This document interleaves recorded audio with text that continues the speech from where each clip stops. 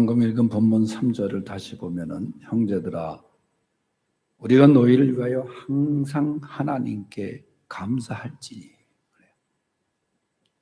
항상 하나님께 감사할지 오늘 주신 말씀입니다. 오늘 맥추절을 맞이해서 이 말씀에 나오는 것처럼 오늘만 감사하는 것이 아니라 정말 하나님의 은혜가 크셨음을 항상 감사하는 성도들이 되시기를 바랍니다. 데살로니가 후서 전장인 이 데살로니가 전서 5장 18절에도 보면 우리가 그 유명한 말씀 범사에 감사하라. 항상 감사하라. 똑같은 얘기죠. 범사에 감사하라. 그리고 뭐라고 말하냐면 이것이 그리스도 예수 안에서 너희를 향하신 하나님의 뜻이니라 그랬어요. 항상이란 말이 범사라는 말로 바뀐 거죠. 그러나 똑같은 뜻입니다. 항상이나 범사는 모든 일에 그죠. 어떠한 형편이 있든지 간에 감사를 잊지 말라는 거예요. 감사의 신앙을 잃어버려서는 안 되는 거예요. 그리고 이렇게 우리가 항상 하나님께 감사하는 것이 우리를 향하신 하나님의 뜻이다. 그랬어요. 우리가 하나님의 뜻대로 살기를 원합니다. 그러잖아요. 주님 뜻대로 살기를 원합니다. 그 중에 중요한 것이 뭐냐? 그러면 감사하라. 감사를 잊지 말라. 사실 우리가 이 말씀을 범사에 감사하라, 항상 감사하라 이 말씀을 우리가 좋아하지만은 정작 결단과 행동으로 나타내고자 하는 것이 얼마나 어려운지 몰라요. 여러분, 이 말을 우리에게 전해준 사람은 사도 바울입니다. 사도 바울은 그의 서신 13서신에서 감사라는 말을 아주 많이 사용했어요. 물론 감사할 일이 있으면 감사하는 것이 당연한 일이죠. 은혜를 입고도 감사하지 않는 사람도 있지만 우리가 감사할 일을 경험하면 감사하는 것, 그건 당연한 거예요. 그런데 오늘 말씀에 보면은 감사라는 말 앞에 항상이란 말을 사용합니다. 항상. 범사라는 말. 그러니까 좋을 때만, 좋은 일이 생길 때만이 아니라 어려운 일을 만날 때도, 또 아픔의 순간도, 때로 실패의 순간도 그것도 범사입니다. 그것도 항상입니다. 그런데 성경은 우리에게 그때도 감사를 놓치지 말라. 바로 그것이 하나님의 뜻입니다. 참 실천하기 어려운 말씀이기도 합니다. 그러나 사도 바울은 그 답을 성경에서 우리에게 제시를 하는데 에베소서 5장 20절에 그 답을 줍니다. 그게 무슨 말씀이냐면은 범사에 우리 주 예수 그리스도의 이름으로 항상, 범사와 항상을 같이 사용했어요. 아버지 하나님께 감사하라. 여러분, 내 생각으로는, 내 의지로는 도저히 감당할 수 없지만은 주 예수 그리스도를 생각하면서 예수 그리스도의 이름으로 감사하면 범사에 항상 감사가 가능할 수 있다는 말씀입니다. 그리고 또 한 가지, 하나님께 감사하면 여러분, 우리가 사람들을 보고 감사하는 게 아니에요. 사람들이 우리에게 참 여러 가지 베풀고 은혜를 주고 그러면 감사해야죠. 그건 오래가지 않습니다. 사람들을 보고, 사람들이 하는 모습을 보고 범사에 항상 감사할 수가 없어요. 여러분 생각해 보세요. 나에게 상처를 주고 간 사람을 보고 감사할 수가 있겠어요? 물론 그 일로 인해서 내가 더 좋은 일을 경험했다고 하면은 그 사람한테 감사한다 오히려 그렇게 얘기를 할 수 있겠지만은, 성경은 우리를 향해서 말씀하는 게 뭐냐 하면은 그 일 너머에 내가 사람으로 인해서 당했던 그 아픔과 그런 상처와 그것을 보고 감사하는 것이 아니라 그 사건 너머에 계시는 하나님을 향해서 감사하라. 정말 어려운 가운데 맥주감사절을 맞이했습니다. 교회도 어렵고 개인들도 어렵고 또 나라 전체가 어렵습니다. 이 어려움 가운데 계시면서 지켜주시는 하나님을 바라보며 감사하는 그런 맥주감사절이 될 수 있기를 바랍니다. 그리스도인들은 여러 가지 문제의 틈바구니 속에서도 감사의 그 끈을 발견하는 사람, 그런 사람들이에요. 오늘 본문은 이렇게 항상 하나님께 감사할 것을 교훈하고 있는데, 첫째는 뭐냐? 믿음의 성장을 감사하라. 본문 3절 다 같이 다시 읽겠습니다. 시작. 형제들아, 우리가 너희를 위하여 항상 하나님께 감사할지니 이것이 당연함은 너희의 믿음이 더욱 자라고 너희가 다 각기 서로 사랑함이 풍성함이니. 아멘. 항상 하나님께 감사하는데 이것이 당연함은 너희의 믿음이 더욱 자라고 그랬어요. 바울은 동역자인 실로아노와 디모데와 함께 데살로니가 교인들의 믿음이 더욱 자라는 모습을 보고 감사한다. 여러분, 믿음이 자랄 수 있는 것은 믿음이 있을 때 가능한 거예요. 믿음이 없으면 자랄 수가 없잖아요. 씨앗이 있어야 그 씨앗에서 싹이 나고 크는 거지.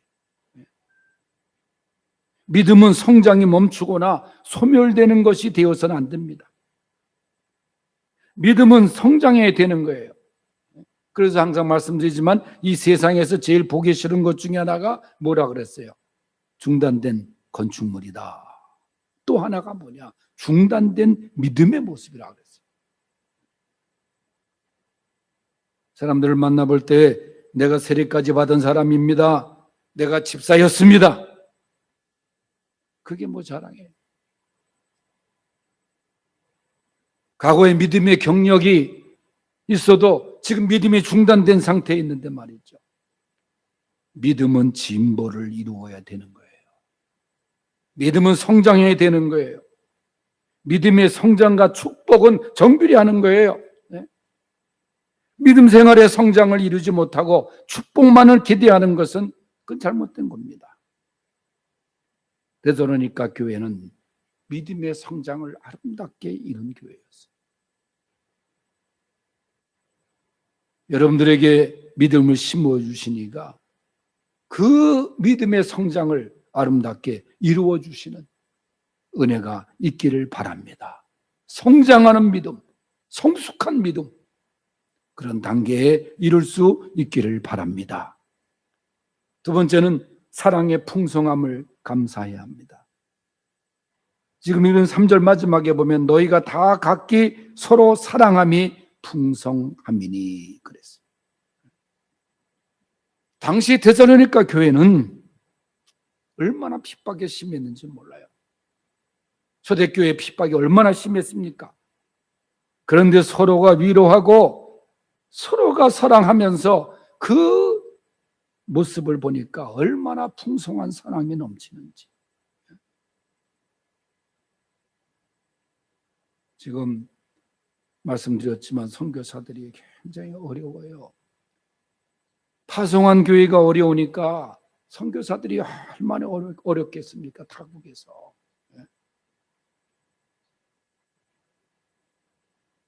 교단적으로도 이 문제를 놓고 지금 고심을 하고 있어요.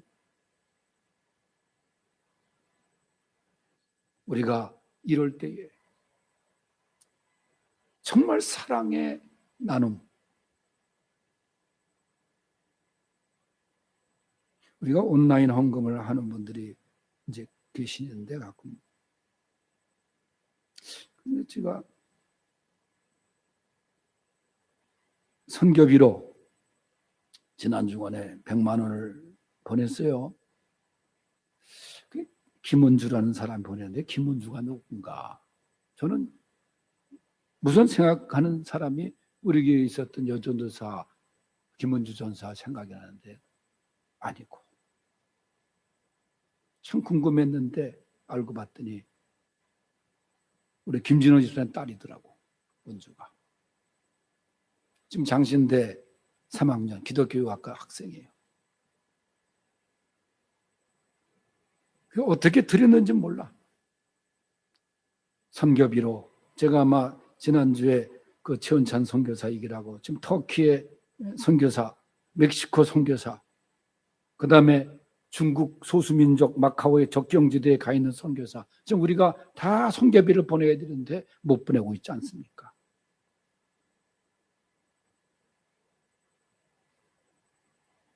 정말 사랑의 풍성함을 보여주는 귀한 예물인 것입니다. 액수의 풍성함이 아니라 예수님의 진정한 사랑의 풍성함을 나눌 수 있는, 하나님은 사랑이십니다. 사랑이신 하나님은 우리에게 그 사랑을 쏟아주시고 그 사랑을 나누기를 원하십니다. 데살로니가 교회가 그렇게 사랑이 풍성했어요. 그래서 바울은 내가 사랑의 풍성함을 감사하노라. 세 번째는 하나님 나라에 합당한 자로 여기심을 감사해야 됩니다. 4절에서 5절 다시 한번 읽겠어요. 시작. 그러므로 너희가 견디고 있는 모든 박해와 환난 중에서 너희 인내와 믿음으로 말미암아 하나님의 여러 교회에서 우리가 친히 자랑하노라. 이는 하나님의 공의로운 심판의 표요 너희로 하여금 하나님의 나라에 합당한 자로 여김을 받게 하려 함이니 그 나라를 위하여 너희가 또한 고난을 받느니라. 아멘. 하나님의 나라에 합당한 자로 여김을 받게 하려 함이니라. 믿음 생활은 화려한 장미꽃 화원으로만 가는 것이 아닙니다. 때로는 가시밭길도 걸어야 됩니다. 데살로니가 교회가 그랬습니다. 얼마나 큰 시련과 박해와 환난이 있었는지 4절 말씀에도 보면은 모든 박해, 환난, 또 반복해서 환난을 계속 언급하고 있습니다. 그런데 말씀에 보면 너희가 그 가운데서도 믿음으로 인내로 잘 견디었다 하고 바울이 칭찬을 해요. 너희의 그 모습을 여러 교회들에게도 자랑을 하노라. 그러면서 이것은 하나님 나라에 합당한 사람들이 되게 하시기에는 하나님의 공의로운 심판의 분명한 증거니라. 다시 말해서 장차 주님의 날에 영광의 면류관을 차지하게 되는 증거라. 이 면류관, 생명의 면류관, 영광의 면류관, 썩지 않는 면류관, 이것은 아무나 받는 것이 결코 아니니라. 고난을 견디고 하나님의 나라에 합당한 자가 받는 것이라 그 말은 영광스러운 면류관을 차지할 자라는 거예요.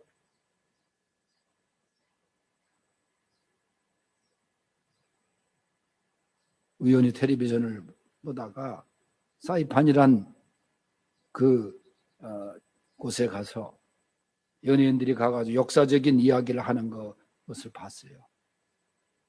그런데 사이판에 저는 뭐 가보지는 않았지만은 거기에 자살바위가 있다. 근데 자살바위가 있다는 건 제가 듣긴 들었는데 그 역사적인 배경을 자세히는 몰랐어요.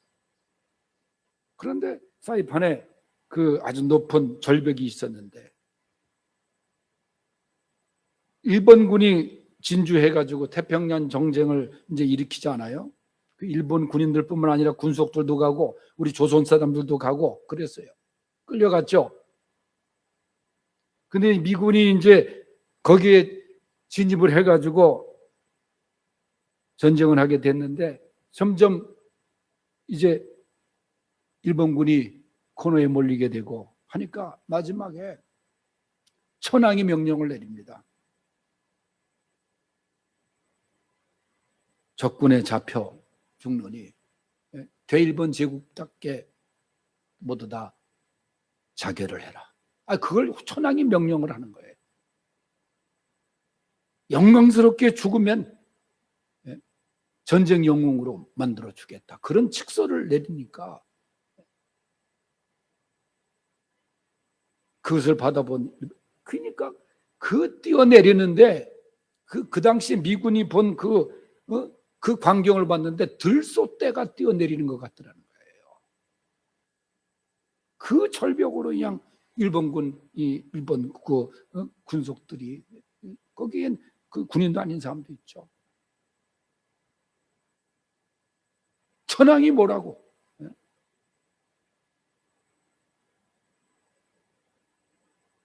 정말 개죽음이 아니겠어요? 얼마나 황당한 명령이냐 그 말이에요. 뭐가 내세에 그들에게 주어질 게 있습니까? 참 그걸 보고 얼마나 무지한 인간들의 모습인지. 그러나 세상을 창조하시고 심판하시는 만왕의 왕 하나님의 약속의 말씀이에요. 하나님 나라에 합당한 자로, 하나님 나라의 시민으로 우리를 세워주신 것입니다. 우리 모두는 천국에 합당한 자들입니다. 누가복음 7장 62절에 예수께서 이르시되 손에 쟁기를 잡고 뒤를 돌아보는 자는 하나님의 나라에 합당하지 아니하니라 하는 말씀하셨어요. 쟁기를 잡고 밭을 가는 사람이 앞을 보지 않고 주변과 뒤를 돌아보면 밭을 갈 수가 없잖아요. 우리 모두 우리의 믿음의 목표인 예수 그리스도를 바라보며 하나님 나라에 합당한 자로 살아갈 수 있는 귀한 성도들이 되시기를 주의 이름으로 축원합니다.